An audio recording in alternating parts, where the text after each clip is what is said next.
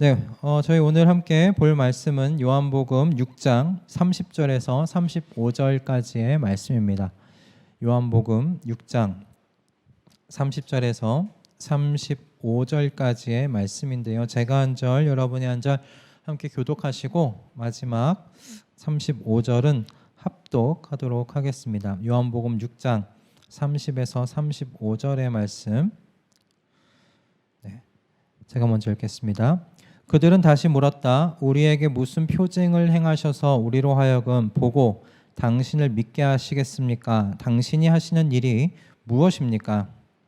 그는 하늘에서 빵을 내려서 그들에게 먹게 하셨다. 한 성경 말씀대로 우리 조상들은 광야에서 만나를 먹었습니다. 예수께서 그들에게 대답하셨다. 내가 진정으로 너희에게 말한다. 하늘에서 너희에게 빵을 내려다 주신 이는 모세가 아니다. 하늘에서 참빵을 너희에게 주시는 분은 내 아버지시다. 하나님의 빵은 하늘에서 내려와 세상에 생명을 주는 것이다. 그들은 예수께 말하였다. 주님, 그 빵을 언제나 우리에게 주십시오. 예수께서 그들에게 말씀하셨다. 내가 생명의 빵이다. 내게로 오는 사람은 결코 줄이지 않을 것이요 나를 믿는 사람은 다시는 목마르지 않을 것이다. 아멘. 네, 오늘 이 본문의 말씀으로 내 안에 깊은 눈물이 넘치리라 라는 제목으로 주님께서 주신 은혜를 나누기를 원합니다. 지난주에 우리는 이 예수님을 뒤쫓아온 사람들에 대한 이야기를 함께 나눴었습니다. 예수님께서 그들에게 내가 배부르게 한 연유로, 내가 배부르게 한 이유로 나를 쫓아서는 안 된다라고 말씀을 하셨죠. 나를 쫓으려면 이제 어떻게 해야 하는가? 내가 하나님이 보내신 메시아 그리스도임을 믿고 쫓아야 한다라고 말씀하셨던 것을 우리 함께 나누었습니다. 이건 하나님께서 그들을 나무라신 것이 아니었다고 말씀을 드렸어요. 예수님께서 그들의 배고픔을 아셨고 그것이 해결되어야 하는 문제라는 사실을 주님께서 부정하지 않으셨기 때문입니다. 그러나 예수님을 쫓는다는 건 다른 문제라는 거죠. 제자가 되어 예수님을 이제 쫓는다는 건 예수님 때문에 얻게 될 것이 있기 때문에 그분을 쫓는 것이 아니라 예수님 자신을 메시아로 믿기 때문이어야 한다라는 이야기였습니다. 이것이 오늘날 우리에게도 마찬가지라고 우리 지난주에 함께 이야기를 나눴는데, 자, 오늘 이 본문은 또 이 사람들이 예수님께 질문하는 것으로 시작을 합니다. 그들이 어떻게 질문합니까? 네, 그렇다면 하나님께서 당신을 메시아로 보냈다는 것, 그리스도로 보내셨다는 것 우리가 믿을 수 있도록 뭔가를 보여주십시오. 지금 그렇게 이야기를 하고 있는 겁니다. 과거에 우리 조상들을 이집트에서 끌고 나왔던 그 리더, 그 선지자 모세는 만나를 내려주었습니다. 광야에서 만나를 내려줘서 우리 조상들이 배골지 않게 배부르게 광야를 지나갈 수 있도록 해주었습니다. 그럼 당신은 우리에게 뭘 할 수 있습니까? 무엇을 보여줄 겁니까? 지금 그렇게 묻고 있어요. 예수님께서 나를 하나님께서 보낸 자로 믿어야 한다고 말했더니 믿을 수 있는 증거를 좀 내놔달라, 보여달라 이야기하는 거예요. 오병이의 이적이 굉장히 한 달, 두 달 지나간 것이 아닙니다. 한 주도 지나지 않았습니다. 오병이어의 이적도 예수님께서 하나님께서 보내신 자라는 사실을 믿는데 부족함이 없었을 텐데 이들은 더 큰 증거를 지금 보여달라고 이야기합니다. 이들의 이런 지금 어떤 질문이, 이들의 이 요구가 무례한 것으로 들릴 수도 있겠지만, 그런데 좀 다시 생각해 보면 신중한 것일 수도 있겠다 생각이 들었어요. 예수님에 대한 소식을 예수님에 대한 소식을 수소문해서 바다 건너 예수님을 쫓아온 사람들 아닙니까? 이 정도면 이 사람들이 예수님께 자신의 삶을 뭔가 좀 걸 생각으로 예수님을 찾아 뒤쫓아온 것이라고 우리가 생각해 볼 수 있지 않겠어요? 굳이 잠깐 얼굴 보려고 이렇게까지 뒤쫓아올 이유가 없잖아요. 뭔가 자신의 인생을 좀 걸어보려고 이 예수라는 이 인물에 뭔가 좀 궁금한 것이 정말 있기 때문에 찾아온 것이 아니겠습니까? 정말 이 사람이 이 예수가 어떤 사람인지를 알기 위해서. 그러니 이스라엘의 위대한 선지자 모세는 광야에서 만나를 내렸으니 이제 예수님도 뭔가를 좀 보여달라는 거예요. 내가 걸 수 있을 만큼. 예수님께서 먼저 이 무리들의 요구가 뭐가 잘못되었는지를 분명하게 좀 지적은 해주십니다.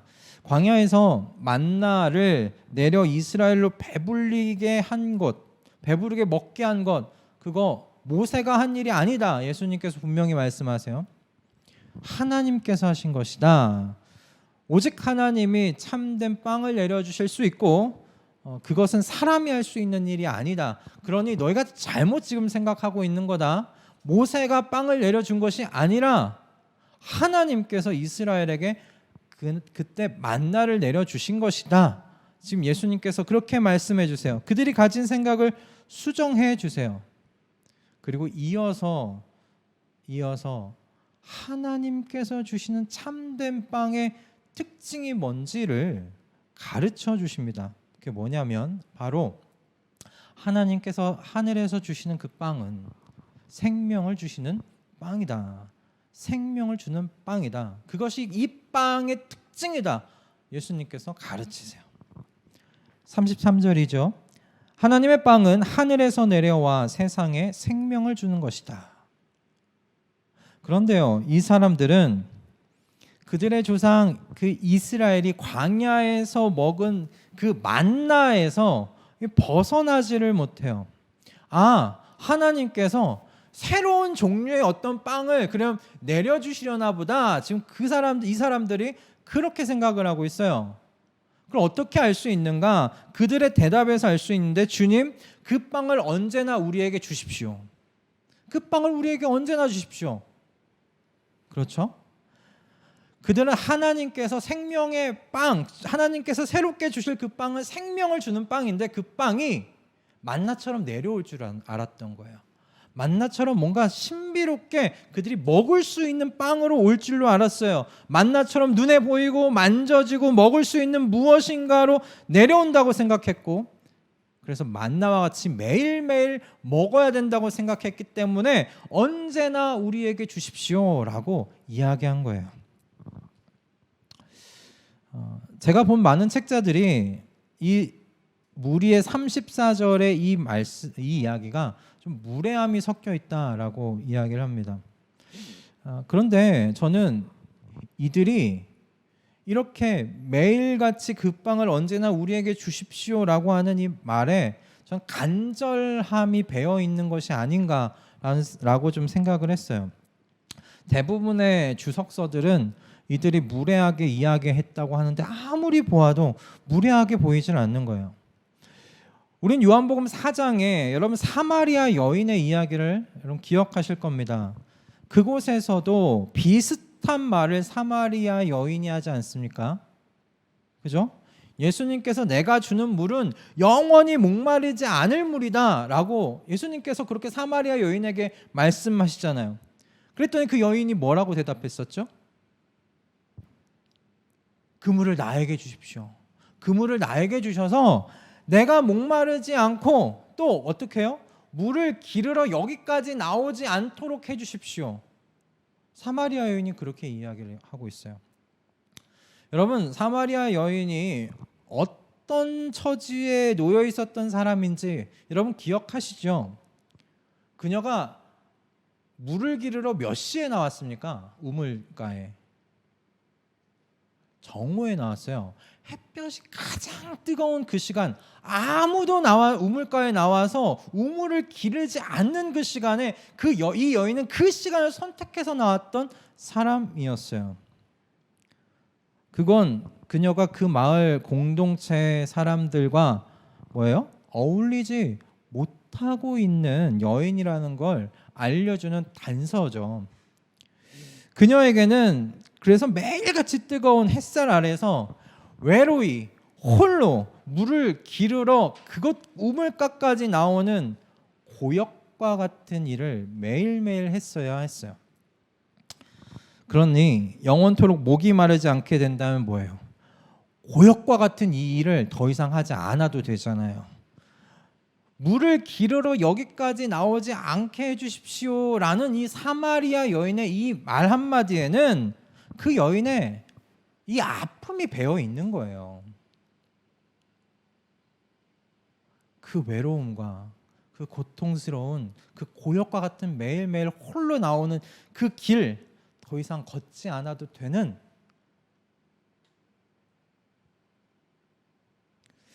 그 여인의 아픔이 그의 이 한마디에 담겨 있는 것이죠. 전 마찬가지라고 생각이 들었어요. 매일같이 그 빵을 먹게 해주십시오 라고 이야기한 이 사람들의 이 무리들의 요구는 당시 그들이 얼마나 안타까운 처지에 놓여 있었던 상황이었는지를 생각해 보게 해요.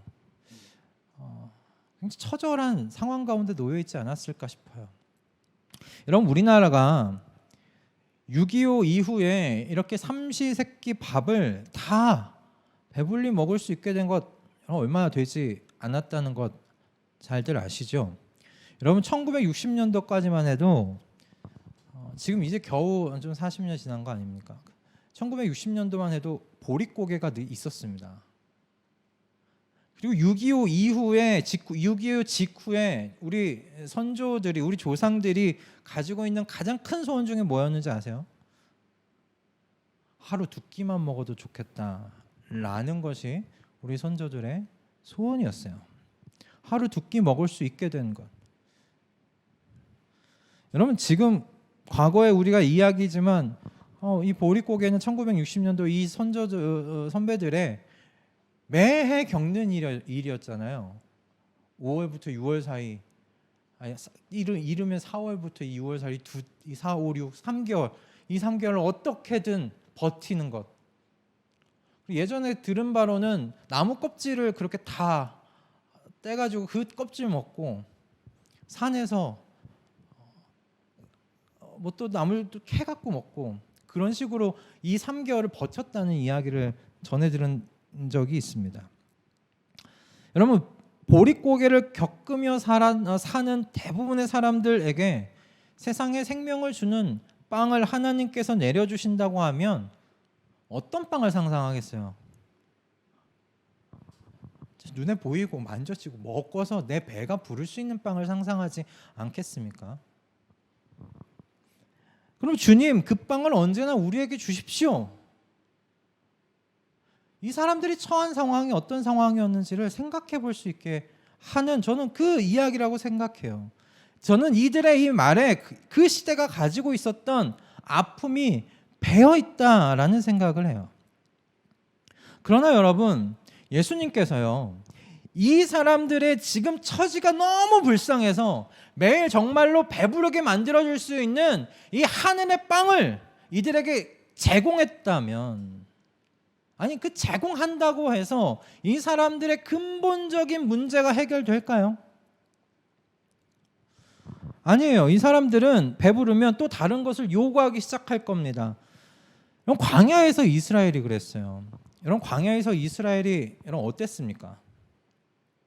하나님께서 배고프다 하여, 굶주린다 하여 뭘 보내주셨어요? 아침마다 만나를 보내주셨어요. 저녁에는 메추라기를 보내주셨어요. 그죠? 고기 먹고 싶다고 했더니 저녁마다 그래서 메추라기 보내주셨잖아요. 그런데 그 이스라엘이 하나님께서 아침마다 주셨던 만나와 저녁마다 보내주신 메추라기를 뭐라고 이야기를 했습니까? 지겹다고 이야기했어요. 지겹다. 이제 매일같이 내려주는 이 만나가 이제는 지겹다. 이집트에서는 만나 말고도 다른 먹거리가 너무 많았다. 여러 가지 채소도 있었고 메추라기만이 아니라 닭도 있었고 먹을 수 있는 것들이 더 많았다라고 이야기해요. 그래서 노예로 살았던, 노예 생활했었던 그 이집트에서의 삶을 그리워하는 어처구니 없는 말을 하나님 앞에 내뱉었던 것이 광야에서의 이스라엘이었잖아요. 만나로 배부르게 해주고 고기가 먹고 싶다요 메추라기를 줬더니 얼마 지나지 않아 지겹다라고 이야기하는 것이 여러분 이스라엘 사람들일 뿐일까요? 사람이면 다 똑같이 이야기합니다. 사람은 그래요. 죄가 들어온 사람은 그래요. 죄가 들어오면서 사람이 가지게 된 근본적인 문제예요. 그럼 예수님께서 모르실 리가 없어요. 여러분 그들의 처지를 예수님께서 안타까워하지 않으셨을까요? 안타까워요. 배부르게 해주고 싶어요. 그럴 능력도 가지고 계세요. 그러나 그렇다고 하여서 그 사람들의 근본적인 문제가 해결되지 않아요. 또다시 다른 걸 요구할 거예요. 이제 이게 지겨워요. 다른 것을 주세요. 분명히 그렇게 이야기할 거예요. 표면적인 문제를 해결해서는 새로운 삶을 살 수가 없어요. 여러분 생각해 보십시다. 만약에 예수님께서 이 사마리아 여인이 말한 것처럼 저를 다시금 목마르게 하지 말아주세요. 그래서 이곳 가운데 물 기르러 나오지 않게 해주세요. 했던 그 이야기를 정말 1차원적으로 들어주셨다면 충분히 그러실 수 있는 능력이 있으세요. 갈증을 더 이상 느끼지 않게 해주시고 알아서 이 몸이 수분을 계속 재생산해낼 수 있는 뭔가 새로운 뭔가를 예수님께서 공급해 주셨다고 여러분 한번 생각을 해봅시다. 물길로 나오지 않아도 되잖아요. 그죠? 갈증을 더 이상 느끼지 않을 수 있어요. 그러나 여러분 그렇게 된다면 이 사마리아 여인이 그 마을 공동체의 사람들과 가까워졌을까요? 전 가까워졌을 것 같지 않아요. 아마 여전히 그 마을 사람들을 등지고 살았을 거예요. 그러나 예수님께서 메시아 되신다는 사실을 사마리아 여인에게 드러내시고 그리고 그 메시아 되심을 그 마을 모든 사람들과 함께 알게 되었을 때 어떤 일이 그 마을 가운데 일어났습니까? 이 사마리아 여인과 그 마을 공동체가 같이 어울리게 되었어요. 저는 분명히 예수님께서 그 사마리아 그 성을 나인 성을 떠나셨을 때 사마리아 여인이 이제 그 마을의 여인들과 똑같이 어울리면서 오전에 물 기르러 갔을 것 같아요. 굳이 정오에 사람들 피해서 물 기르러 가지 않아도 돼요. 그럼 새로운 삶이 사마리아 여인에게 열린 거 아닙니까? 혼자 외로이 살았던 그녀의 그 메말랐던 삶이 여러분 충만하게 바뀐 거 아닙니까? 예수님은 오늘 본문의 무리들에게 사마리아 여인과 그 마을에 있었던 사람들에게 했던 것과 같이 자신을 생명의 빵이라고 소개하십니다. 내게로 오는 사람은 결코 줄이지 않는다라고 말씀하시고 나를 믿는 사람은 다시는 목마르지 않을 것이다 라고 그렇게 예수님께서 말씀하세요. 이 예수님께서 하신 이 말씀이요 이사야서 55장 1절에 나와 있던 말씀인데 여러분 제가 이사야서 55장 1절과 2절의 말씀을 읽어드릴 테니까 한번 눈 감고 들어보세요. 그리고 떠오르는 단어가 뭔가를 한번 여러분 생각해 보시면서 한번 들어보세요. 제가 읽어드리겠습니다. 이사야서 55장 1절과 2절의 말씀입니다. 너희 모든 목마른 사람들아 어서 물로 나오너라. 돈이 없는 사람도 오너라. 너희는 와서 사서 먹되 돈도 내지 말고 값도 지불하지 말고 포도주와 젖을 사거라. 어찌하여 너희는 양식을 얻지도 못하면서 돈을 지불하며 배부르게 하여 주지도 못하는데 그것 때문에 수고하느냐. 들어라. 내가 하는 말을 들어라. 그리하면 너희가 좋은 것을 먹으며 기름진 것으로 너희 마음이 즐거울 것이다. 아멘. 그럼 이 말씀을 들으면서 어떤 단어가 좀 생각이 나셨어요? 좀 떠오르셨어요? 너무 시간이 짧았죠.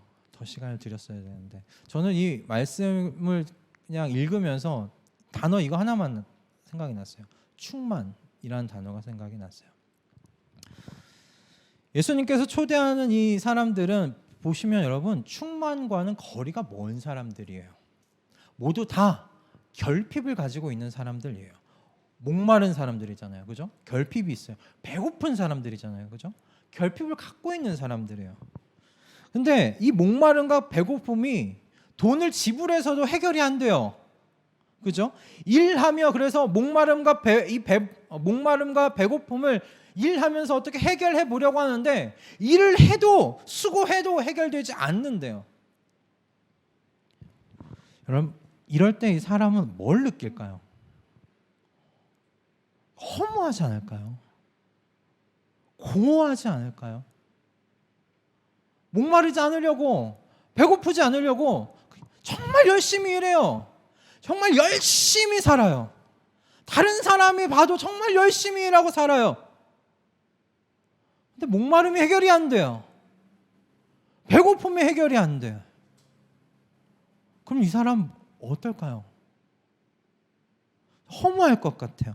공허할 것 같아요. 정말 열심히 살았는데 텅 빈 껍데기 같은 인생, 그 인생을 경험할 것 같아요. 하나님께서 바로 이런 사람들을 지금 부르고 계시는 거예요.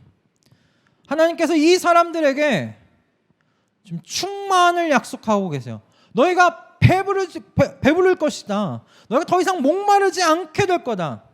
그런데 돈도 내지 마. 돈도 내지 마. 값도 지불하지 마. 와서 포도주와 젖을 마셔라. 값도 내지 않고 돈도 지불하지 않고 포도주와 젖을 먹을 수 있으면 여러분 한 번만 먹고 마시겠어요? 좀 배부를 때까지 마실래요? 더 이상 갈증이 느껴지지 않을 때까지 마시겠어요? 공짜잖아요. 하나님께서 여기서 말씀하시는 건 충만이에요. 내게로 와서 그 결핍을 충만으로 바꿔라 말씀하시는 거죠. 내게로 와서 먹고 내 말을 들으면 텅 빈 너의 인생이 충만해질 거야. 충만해질 거야. 지금 그 약속의 말씀을 주고 계시고 이 이사야서 55장 이 1절과 2절의 이 말씀을 예수님께서 갖고 오셔서 지금 말씀하시는 거예요. 내게로 오는 사람은 결코 줄이지 않을 것이다. 나를 믿는 사람은 다시는 목마르지 않을 거다. 메말라 쩍쩍 갈라진 이 사람들의 이 삶이 내게로 오면, 나를 믿으면 충만한 인생으로 바뀌게 될 거라고, 근본적으로 변화를 일으킬 거라고 예수님이 말씀하세요. 그렇습니다. 여러분, 죄가 들어온 이후로 여러분 모든 사람들은요, 끝이 보이지 않는 자기 자신만의 우물을 갖고 있어요. 끝이 보이지 않는 깊은 우물을 갖고 있어요. 그래서 그 우물은 그 어떤 것으로도 채워지지 않아요. 여러분 생각해 보세요. 하나님께서 직접 내려주셨어요. 이 땅에 이스라엘 백성에게 직접 내려주신 음식 만나. 하나님께서 직접 내려주신 것이잖아요. 여러분 이제는 그 만나를 찾을 수가 없어요. 어디 언약궤가 있으면 그 안에 만나가 어떻게 생겼나 너무 궁금해요. 그죠? 그럼 하나님께서 정말 직접 내려주신 만나, 그거 얼마나 영광스러운 거예요. 하나님이 먹으라고 직접 내려주신 하늘의 빵이죠. 그런데 이 사람들이 그걸 얼마 가지 않아 지겨워해요. 하나님께서 직접 내려주신 건데, 이 땅에서는 도저히 찾아볼 수 없는 음식인데 지겨워해요. 여러분 하나님께서 매일같이 배부르라고 아침마다 내려주신 만나도 지겨워했어요. 사람이 하물며 하나님께서 하늘에서 내려준 만나도 그들의 마음 가운데 있는 그 깊은 우물을 채우지 못했는데 뭐가 도대체 그 우물을 채울 수가 있겠어요? 무엇이 우리 안에 있는 이 깊은 우물을 채울 수 있겠어요? 1차 세계대전 이후에 그 1920년대 미국이 정말 엄청난 부를 그때부터 갖게 되었다고 합니다.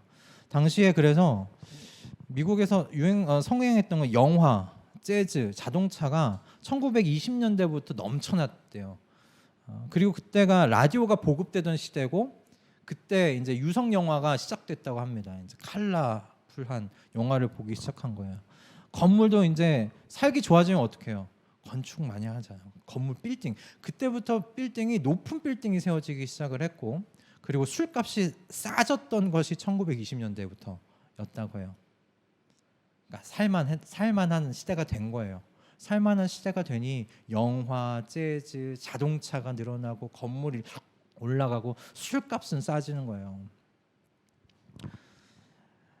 이때 아메리칸 드림이라는 이야기가 이제 흘러나오기 시작했고 미국의 그 생활 양식이 전 세계로 퍼져나가기 시작했던 것이 1차 세계대전 이후 1920년대라고 합니다. 전 이 자료를 보면서 알았어요. 이때 샤넬이란 디자이너가 1920년대에 나온 디자이너더라고요. 굉장히 오래됐어요. 이 샤넬이 브랜드가. 그만큼 모든 것이 풍족했던 시대였어요. 그런데 이 모든 것이 풍족한 이 시대가 가지고 있는 이 깊은 우물, 사람마다 가지고 있는 이 깊은 우물을 잘 보여주는 것이 1925년도 작품인 위대한 개츠비라는 작품이라고 여러분 합니다. 피트 제럴드가 쓴 이 소설이 미국 고전 중에 하나잖아요. 근데 이 소설의 개츠비라는 이 허구의 인물을 통해서 1920년대 사람들을 사로잡았던 이 공허한 이 기쁨, 쾌락, 이 정체에 대해서 이 위대한 개츠비가 적나라하게 보여준다고 해요.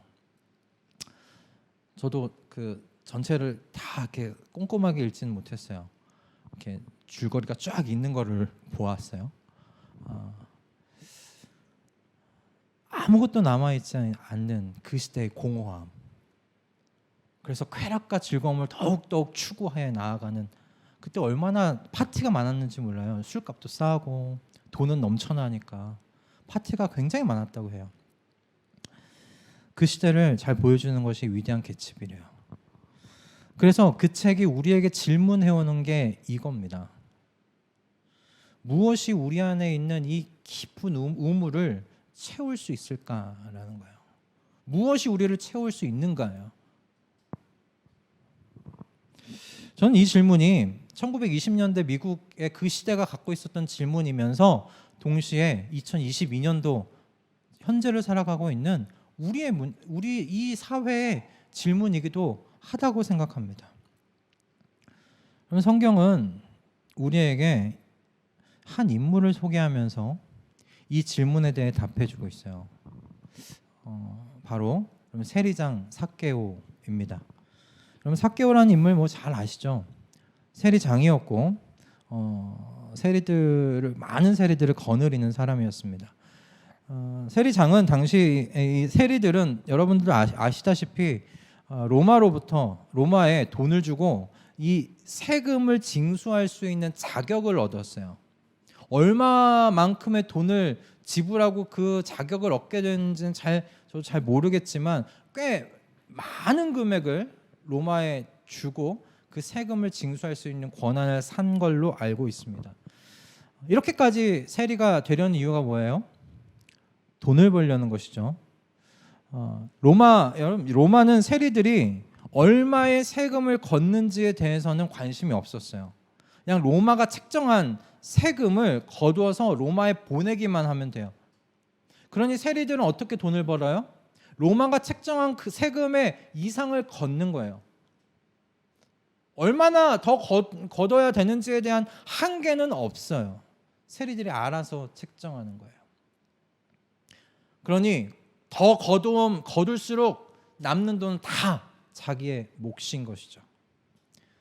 때문에 이스라엘 사람들에게 세리는 같은 민족의 피를 빨아먹는, 그죠? 그런 사람들이었어요. 매국노들이었어요.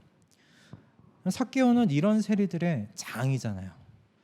그도 꽤 많은 돈을 지불해서 세리장이라는 이 직분을 샀을 것이고, 그리고 많은 재산을 거두어 들였을 거예요.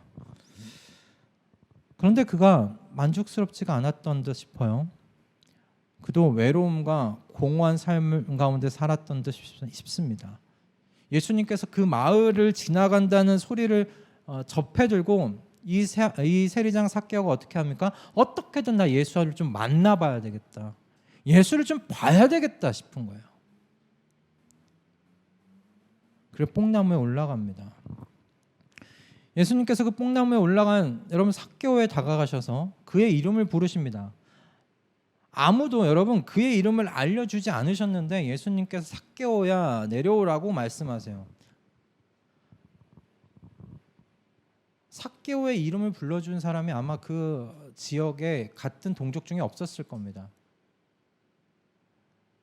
내가 너의 집에 들어가야겠다라고 이야기했을 때 사람들 주변에 있는 그 동네 사람들이 어떻게 웅성웅성거렸습니까? 예수님, 저 사람이 죄인의 집에 들어가려고 한다라고 얘기했어요. 그러니까 삭개오는 이름으로 불렸던 사람이 아니에요. 같은 동족들 안에서는 죄인으로 불렸던 사람입니다. 그런 그를 예수님께서 다가가셔서 삭개오에게 얘기해요. 삭개오야 내려와라. 내가 너의 집에 유하여야 되겠다. 들어가야 되겠다 이야기합니다. 삭개오의 주변에 있었던 많은 사람들이 앞에서 말씀드렸듯이 예수님을 대하고 예수님께서 죄인의 집에 들어간다고 웅성웅성하니 삭개오가 어떻게 했습니까? 분연히 일어나서 이렇게 얘기해요. 내 소유의 절반을 가난한 사람들에게 주겠습니다. 내가 누구에게 강제로라도 빼앗은 것이 있으면 4배로 내가 갚을게요 라고 이야기를 해요. 여러분 삭개오가 지금 나누겠다고 한 이 돈이 도대체 어떤 돈입니까? 삭개오에게 매국노 소리를 들으면서 모은 돈이에요. 오직 이 돈이 나의 이 공허함을 채워줄 수 있을 거라고 생각해서 모아들였던 그 돈입니다. 생명 같은 돈이에요, 삭개오에게는. 그런데 지금 그가 여태까지 모았던 그 재산의 절반을 내어주겠대요. 강제로 빼앗은 것이 있으면 4배로 내가 갚겠다고 이야기를 하고 있어요. 그러니 예수님이 죄인의 집에 들어간다고 너희는 말하지 말라는 거예요. 예수님께 손가락질하지 말라는 거예요. 왜 이렇게까지 하는 거예요? 그가 다른 거 없어요. 삭개오가 지금 뭘 했어요? 하나예요. 예수님을 만난 것 말고는 없습니다. 예수님을 만난 것 말고는 없어요. 예수님과 삭개오 사이에 어떤 대화가 더 있었는지는 우리는 알 수는 없지만 한 가지 확실한 건 이거예요. 삭개오는 지금 예수님을 만나고 충만해졌어요. 삭개오 안에 있었던 그 끝을 알 수 없었던 여러분 그 깊은 우물이 지금 흘러 넘치고 있는 겁니다. 그러니 더 이상 돈이 그 사람한테 중요한 게 아니에요. 내가 피같이 모은 돈이지만 내가 절반 나눠줄 거예요. 내가 힘으로 억지로 뺏은 게 있으면 내가 4배로 갚을게요. 내게 중요한 게 이제 돈이 아니에요. 내게 중요한 건 이 예수예요. 이 예수. 내 집에 들어와 유하시겠다고 말씀하신 이 예수님이 내게 너무 중요하신 분이에요. 이분이 나 때문에 욕먹는 게 싫어요. 이분이 나 때문에 손가락질 당하는 게 싫어요.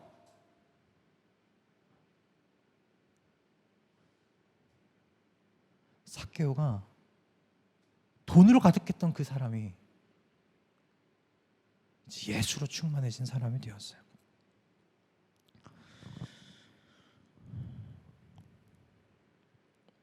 저는 삭개오를 보면서 우리에게 사람은 예수 그리스도를 만날 때 비로소 충만해질 수 있음을 보여주는 훌륭한 예시라고 저는 생각합니다.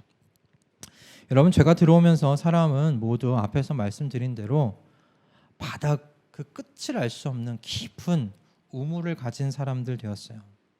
왜 그래요? 영원한 샘물 되시는 그 우물을 채워주실 수 있는 하나님으로부터 떨어져 나갔기 때문이죠. 교회의 위대한 사상가인 어거스틴이 회심한 후에 남긴 유명한 말이 있지 않습니까? 하나님, 당신을 위해 우리를 창조하셨으니 우리 마음이 당신 안에서 안식을 얻기까지는 평안할 수가 없습니다. 당신을 위해 우리를 창조하셨으니 우리는 우리의 마음이 당신 안에서 안식을 얻기까지는 평안할 수 없습니다. 그 평안을 얻으려면 어떻게 해야 돼요? 주님 안으로 내가 들어가야 돼요. 라고 이야기하는 거예요.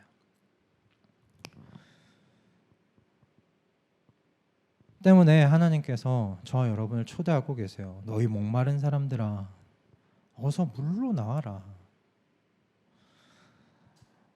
그냥 물로 나오라고 말씀하지 않으시고, 여러분 주목하세요. 하나님께서 말씀하세요. 어서 물로 나와라. 어서 빨리 나오라고 말씀하세요. 하나님께서 목마른 자들보다 더 애가 타시는 것 같아.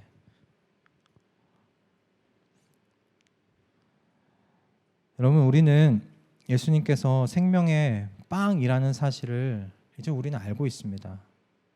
그래서 33절에 사실 이 말씀이 그냥 읽히질 않아요. 하나님의 빵, 여러분, 하나님의 빵, 예수 그리스도는 하늘에서 내려와 세상에 생명을 준다. 하나님의 빵은 하늘에서 내려와 세상에 생명을 준다. 하늘에서 내려와. 그 하나님의 여러분 그 빵이 예수 그리스도라는 걸 여러분 다 아시잖아요. 그분이 하늘에서 내려오셨대요. 예수 그리스도께서 포기하고 내려오신 하늘 보좌가 어떤 겁니까? 우린 도저히 상상할 수조차 없어요. 하나님의 아들의 자리를 포기하신 거예요. 영광의 자리를 포기하신 거예요. 지금 그 모든 자리를 뒤로 하시고 우리와 같은 모습이 되셨다는 말씀이세요. 온 우주 만물보다 크신 여러분 그 창조주께서요, 어미의 젖을 먹으며 배설하고 사람의 도움을 받지 않으면 생존할 수 없는 그런 연약한 존재로 하늘에서 내려오셨다는 거예요. 그리고 자신의 손으로 지은 피조물들에게 침뱉음을 당하시고 채찍에 맞아 살이 찢겨나가는 그 고통을 당하시고, 그것도 모자라 세상에 생명을 주시기 위해 저와 여러분이 죽었어야 할 그 십자가에 예수 그리스도께서 대신 죽으신 것이 아닙니까?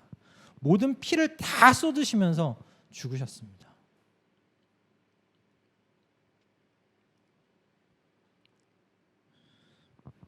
여러분, 이것이 하늘에서 내려와 세상에 생명을 준다라고 되어 있는 이 33절에 좀 숨겨져 있는 뒷이야기이잖아요.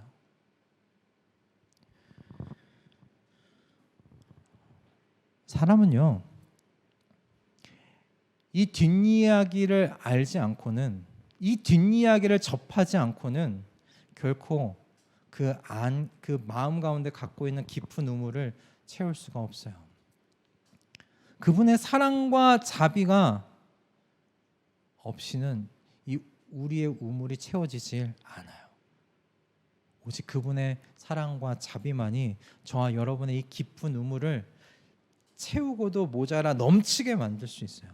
그럼 이것이 지금 예수 그리스도께서 약속하고 계시는 성도들의 삶이에요. 그리스도인의 삶이에요. 저와 여러분을 부르고 계시는 삶의 자리예요. 이 충만한 삶이, 차고 넘치는 삶이, 여러분, 그러니 예수님을 쫓아온 이 무리들의 수준에 우리 머무르지 마십시다. 예수님이 주시는 빵에 주목하고 그 주시는 빵을 쫓아 사는 인생 되지 말자는 말씀입니다. 예수님이 주시는 빵은요, 저와 여러분의 이 깊은 우물을 채워줄 수 없어요. 하나님이 내려주신 그 만나도 이스라엘을 채워주지 못했어요. 오직 결국에는 공허한 그 어둠만이 보일 뿐일 거예요. 여러분, 채워지지 않는 깊은 우물을 이렇게 보면 뭐만 보여요? 어둠만 보이잖아요. 어두움만 보이는 것처럼 우리의 인생이 그렇게 돼요. 뭐만 쫓으면? 예수님이 주시는 그 빵만 쫓으면. 그러니 예수님께서 말씀하시는 거예요. 생명의 빵 자체인 나를 구해라. 하늘 보좌를 버리고 이 땅 가운데 우리를 만나기 위해 내려오신 그 예수 그리스도를 구해라 라고 말씀하세요. 주님께서는 우리에게 분명히 이렇게 약속하셨어요. 마태복음 7장 말씀인데, 구하여라 그리하면 너희에게 주실 것이다. 찾아라 그리하면 너희가 찾을 것이다. 문을 두드려라 그리하면 너희가 하나님께서 너희에게 열어주실 것이다. 구하는 사람마다 얻을 것이요 찾는 사람마다 찾을 것이요 문을 두드리는 사람들에게 열어주실 것이다. 너희 가운데서 아들이 빵을 달라고 하는데 돌을 줄 사람이 어디에 있으며 생선을 달라고 하는데 뱀을 줄 사람이 어디에 있겠느냐. 너희가 악해도 너희 자녀에게 좋은 것으로 줄 줄 알거든 하물며 하늘에 계신 너희 아버지께서 구하는 사람에게 좋은 것을 주지 아니하시겠느냐. 여러분, 그리스도를 구하세요. 그리스도를 찾으세요. 그리스도를 만나세요. 여러분, 그리스도인들에게 약속된 삶은 그냥 시시한 삶이 아니에요. 맨날 뭔가 모자르고 목마르고 배고픈 삶이 아니에요. 예수 그리스도께서 우리에게 약속하신 삶은, 성도에게 약속하신 삶은 충만한 삶이에요. 배고프지 않은 삶이에요. 더 이상 목마르지 않은 삶이에요. 그럼 그리스도로 만족해서 주님께서 지금 내게 무엇을 주셨든 자족할 수 있는 그 삶으로 인도되기를 바랍니다.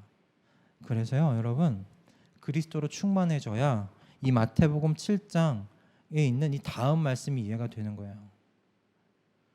남에게 대접을 받고자 하는 대로 남을 대접할 수 있는 넉넉한 영성이 없으면, 그리스도로 충만한 그 삶이 없으면 여러분, 남을 그렇게 대접할 수가 없어요. 아까워서라도. 여러분, 저와 여러분을 이 충만한 삶으로 초대하시는 하나님을 찬양하실 수 있길 바랍니다.